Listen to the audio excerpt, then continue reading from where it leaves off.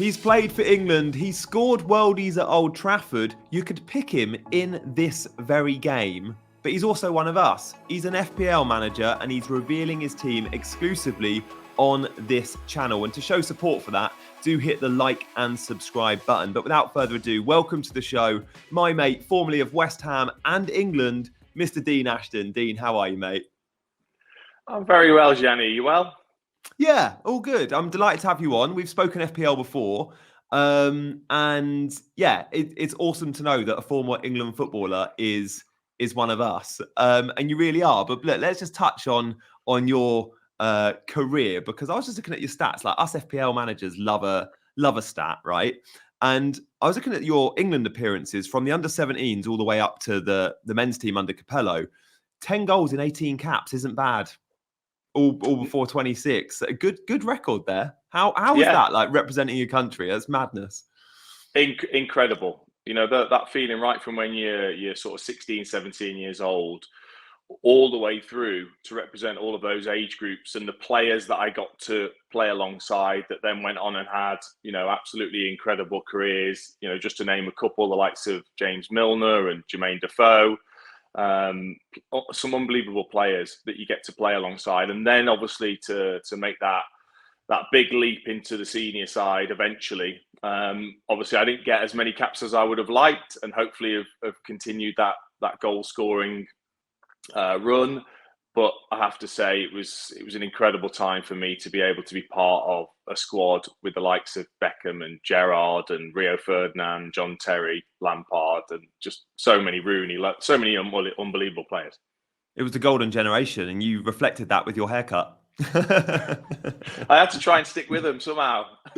Oh, brilliant. I saw it also, your career goals for pro appearances. You're hitting 93 goals in 248 pro appearances as well, is useful. From all those 93, is your favourite the goal at Old Trafford? The overhead kick against Rio Ferdinand. Just was watching it on YouTube this morning. If you haven't seen it, guys, go check it out. Is that one of the goals, of the 93, your best? Yeah, it's got to be. I mean, it's the opponent, it's the stadium, it's the goal itself. You know, it's all of those things that you dream about when you're a kid and you practice at home, and then to do it, you know, in front of 75,000 people and have some of the fans, you know, in that Stretford end, you know, clapping you is pretty special, to be fair. I mean, we were 3-0 down at the time. You know, they did have Rooney, Tevez and Ronaldo up front for them, so I just had to calmly sort of nod my head to it. Like that. Okay, well, look, let's have a look at your fantasy team. But just before we do that, how long have you been playing FPL? Because I know how into FPL you are, and you listen to a lot of podcasts and stuff. Has it become a recent thing, or have you always been involved and sort of have played it? It's probably more a recent thing, to be honest. I never really got it, if that makes sense, for quite a long time. I sort of pushed it away as you know, well, it's not really real, is it? But actually, once I started, I was like, wow, the stats behind it, the adrenaline you get when you're watching a game that you probably wouldn't normally be bothered about, and how it can like ruin your Saturday if things don't go well. I love the competitiveness of it as well, like with mates in mini leagues, and I'm totally obsessed. I've been looking at it for the last 5 years. Delighted to hear that. Well, it was lovely to see you on Friday at Fantasy Football Fest, where you met the guys from a lot of the Scout family, FPL Mode. You know, you're watching this in the Scoutcast, and the Black Box guys and the FPL family team as well. So thank you for coming on, mate. It was lovely to spend an evening with you watching the game as well. I know you had to do a lot of selfies, so I appreciate that. Oh, mate, I was geeking out with the FPL heroes that I listened to, and that's the thing I was saying to you all. You know, I spend a lot of time in the car, so listening to you all the time, it was really nice to meet some of the other FPL heroes. Love that. Well, let's have a look at your team, because you had a good start of the season. 64 points is good. I've had a really bad start. I won't talk about my rank on this channel yet. But points all over the park. Before we look at, I guess, individual points, let's just discuss, I guess, the concerns, because that's what we do as FPL managers. We always look at, where are the flags, where are the concerns, and I guess for you, like many, you have Quansah, you have Barcro. one issue could be seen as Pedro Porro as well. So let's just check out an update, I guess, on those 3 players and see what your thoughts are with those 3 defenders, because that's where many are making a transfer this week. I don't know if you saw the Pedro Porro injury, but it was really hard to kind of know exactly what it was. And Ange wasn't asked about it post-match, but it looked like it could have been either just an ankle sprain or it could have been more serious than that. After the game, though, Porro was seen without an ice pack on it, putting weight on it. What do you make of that Pedro Porro incident? Because I was watching the game live at Leicester and he was hobbling around for a good couple of minutes and I was thinking, get him off. And eventually he came off, but he wasn't comfortable at all.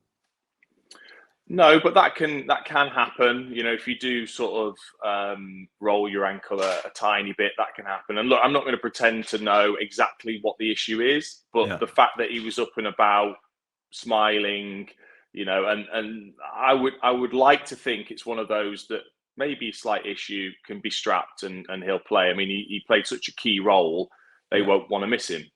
Yeah, and 9 points, amazing for owners. Jarrell Quansah, this was a really interesting one. I was watching the game.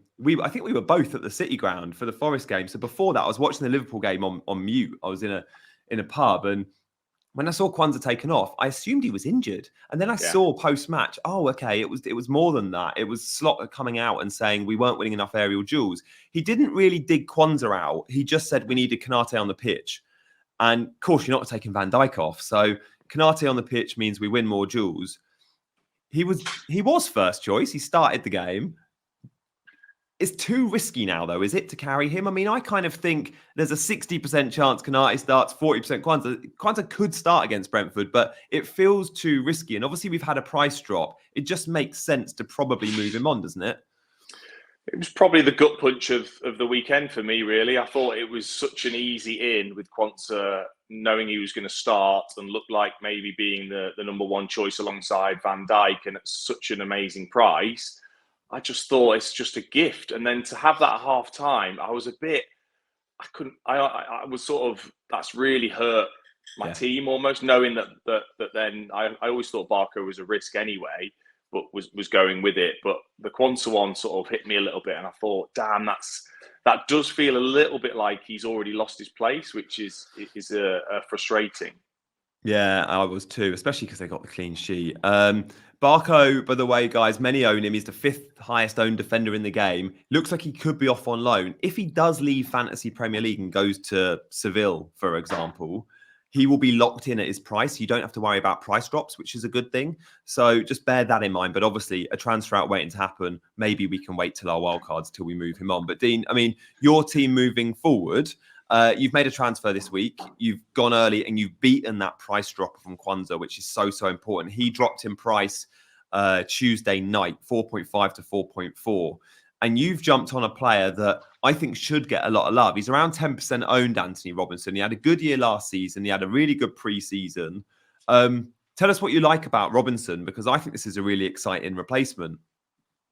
Yeah, I was very close anyway to going for Robinson as well, you know, rather than Quansah. But Quansah just felt like a gift, obviously playing for Liverpool. And just watching him last season, the way he raged down that left-hand side, and he's given a lot of freedom and he's got that capacity to do it.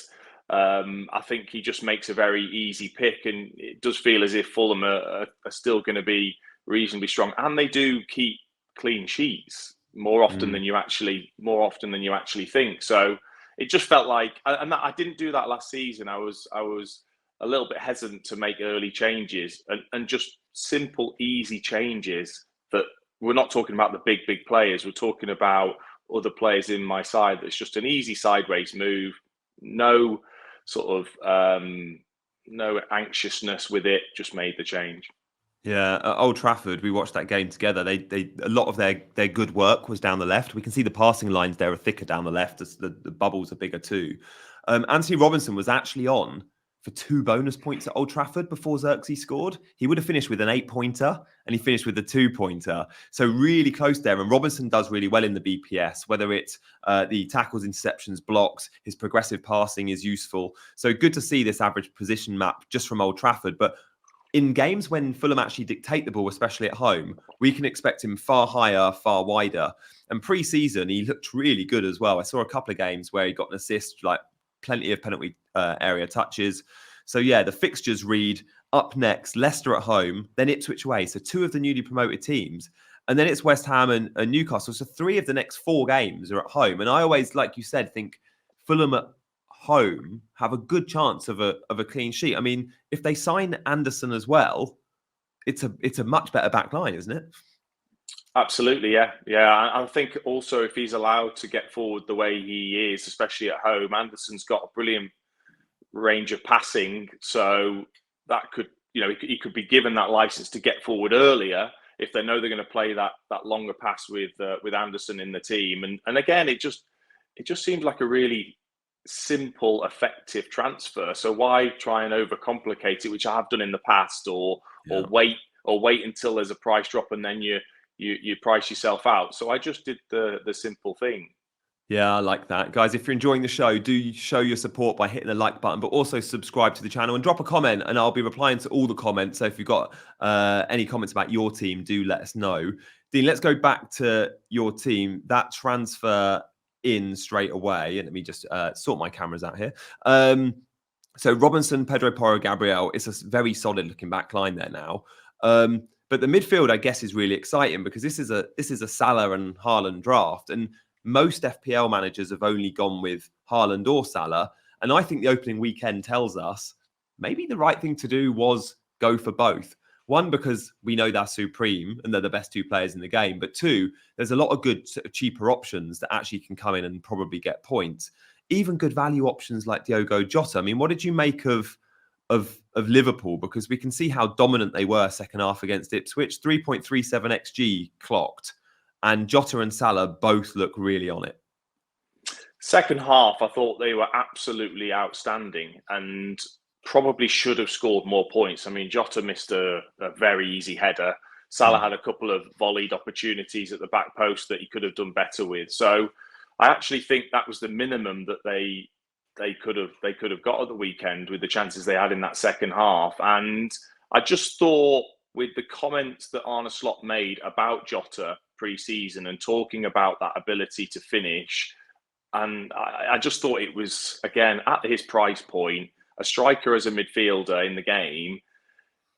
He's the type of player that he's probably the only one that could cover Salah, but I didn't want to go without Salah. So that was my rationale behind the decision, really. And Mo Salah was the big decision I had to make right before the start of the season. Was I going to go with him and Haaland, and maybe have a couple of cheaper midfielders? Which, look, don't get me wrong, it doesn't look amazing to me, but I had to make that decision, and I'm pretty comfortable with it now. Yeah, and as a former striker, Diogo Jota plays. Some would refer to him as a false 9, but I often see Jota, he can drop and drift and get on the ball on the halfway line and feed others. But also, I think he's probably the best finisher at the club, alongside Salah for sure. They're the 2 best finishers. So Darwin Núñez offers something very, very different. Should we be concerned of Darwin's impact off the bench? If he does well, then he keeps the spot. Or do you think Jota will be more suited to how Slot wants to play? I think Jota is probably more suited, and I can accept that Jota might be taken off after 70 minutes, but I think that's usually enough for him. He's that clinical, which is why it surprised me he missed the header. But I think the one thing I love about Jota, and having played that position, is he's not that bothered about getting involved. He doesn't just drift really deep to get involved and have a touch and lay it off. He's not interested. He is trying to play as high as he can, waiting for those clever runs that he can make, and make sure that he's then in the penalty area when the ball's wide. So if you watch him a lot, he doesn't just drift for the sake of it. He makes sure that he's in the right positions, the more dangerous positions more often. Hence why when the ball falls to him, he's not as tired, he looks ready, and he's sharper when he's in the penalty area. That's how I see him anyway. When you've got 2 centre-backs, Premier League centre-backs marking you, and you're Diogo Jota, who's not the biggest, not the strongest, not the fastest, what is it that makes him so good? Is it his movement? Is it his intelligence? Because, if I'm a centre-back, I'm thinking, I've got to mark, big, strong Dean Ashton or small Diogo Jota. You'd think he would be fairly easy for centre-backs to deal with, but actually, clearly not, because he scores a ton of goals. No, his movement's terrific. And also, he's not a player that needs 3 touches. So okay. All he needs is half a yard from you. And he's quite sharp over the first 2 yards as well, Jota, which probably surprises defenders. And he's got an unbelievable leap. So they think they're probably safe and don't get off the ground. And all of a sudden he's above them. So I think if he continues to start, he will probably and arguably be, and if he stays fit, he could be one of the best assets in the whole game for the whole season. Yeah, I'm with you there. When you look at just pure value as well, and you're right about his leap. Like, he scored a ton of headers. You don't have to be 6'3" to be scoring headers. Guys, drop a comment below with your best forwards that score load of headers that are way under 6 foot. There's someone like Michael Owen was always really good in the air. Jota's another one, and it was Trent assist to Jota header against Ipswich, and I own both of them, which somehow he missed. That was so uncharacteristic. Dean, you've gone for the Newcastle double up in attack. This is one that I love because I have Gordon and Isak too. We didn't get to really see them properly with 10 men, and it's hard to judge. Are you happy keeping that double up? Obviously for Bournemouth, but beyond, it's a lot of funds for those two, and there's a lot of good attackers out there. But Newcastle, we're hoping they'll function really well under Eddie Howe this season. Yeah, and I thought they were amazing last season. Them two have a good chemistry together, and I don't really think it particularly matters what the fixture is, because they're the two players that will be allowed to counter-attack and be ready to counter-attack against any team. So I think they're a good matchup together. And yeah, I was disappointed. I was gutted, to be fair, because I'd obviously captained Isak in the first game, and it just seemed like a great game for both of them to do well. So it was a tough one to swallow. But yeah, I think going forwards, I can't see me changing it anytime soon, because I think I want to give those two chance to build up that chemistry again and try and produce in any game on the break. Yeah, they've got Bournemouth away, but then after that it's Spurs at home, who Newcastle have done really well against in recent years. And the way Spurs defended second half against Leicester, you'd expect Newcastle to get a bit of joy. Talk to us about the two kind of cheaper mids, because the drawback of a Salah Haaland draft is you probably are starting 5.5 million attackers in your 11 every week, and you need a couple of them. But Smith Rowe and Rodgers can very easily perform like a 6.5 million player. Rodgers in particular caught my eye at the weekend. He kind of played really close to Watkins, central, and really importantly, he got 90 minutes, which doesn't mean he's going to get 90 every week, but it shows how important he is to the manager at the moment. Yeah, it does. And I was listening to it on the radio and knew that they were making 2 or 3 subs at a time, and was pleasantly surprised that he wasn't one of the names that came off. And like you said, his positioning was very good.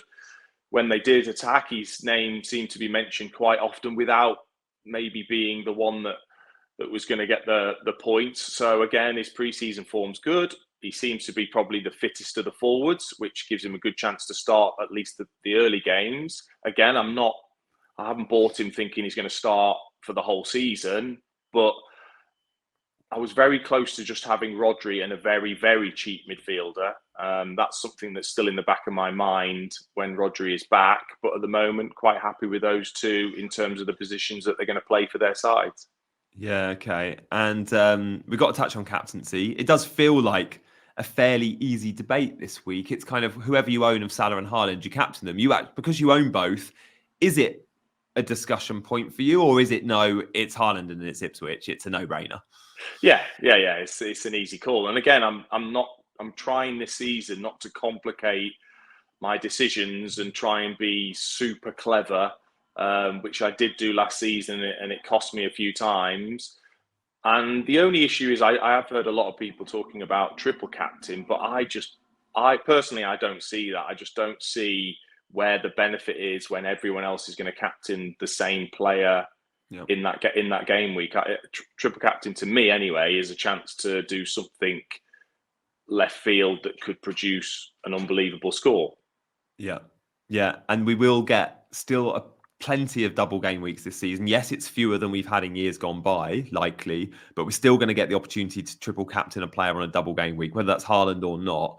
And yeah, sure, Ipswich is a great fixture on paper, but I always feel like game week 2 and early on for Man City, they're not fully up and running. And I think against Chelsea at times, they looked a little bit rusty. Chelsea matched them for expected goals.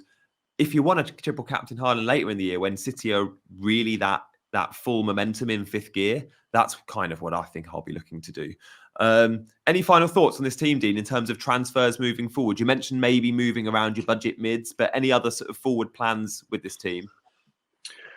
I think Palmer's the one with Chelsea's fixtures is an issue, I would feel anyway, and Saka. But again, I've picked Salah over Saka, so I've got to live with that at the moment. And maybe Saka will hurt me, maybe he won't. But Palmer's the one that I just love. Cole Palmer, and I think he'll still score well. I'm just not sure on Maresca and the way he's going to play at the moment, and where Palmer's going to play, because he likes his wide players quite wide.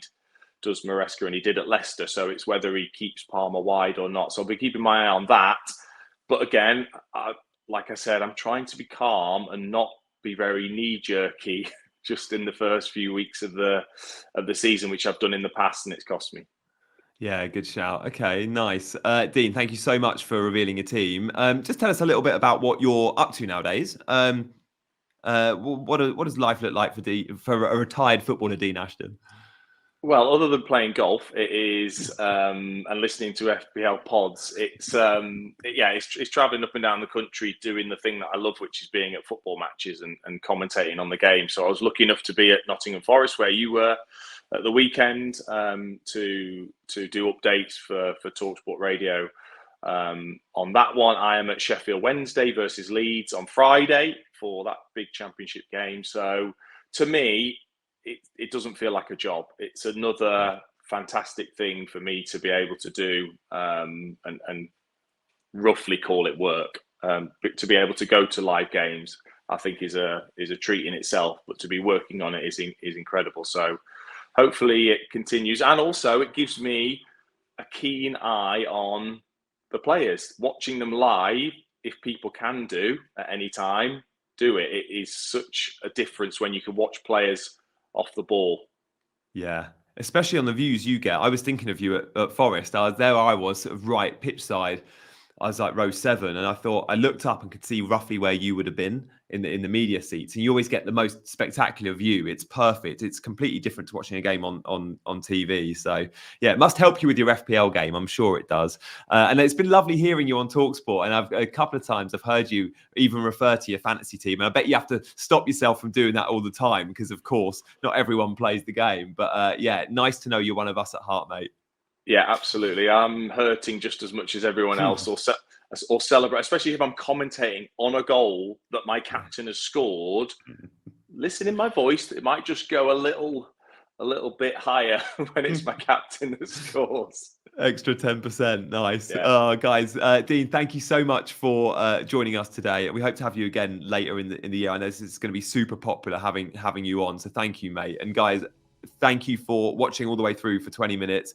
On the way out, hit the like and subscribe, drop a comment, and we'll see you for another video tomorrow where I'll be revealing my team. See you, Dean. Nice one.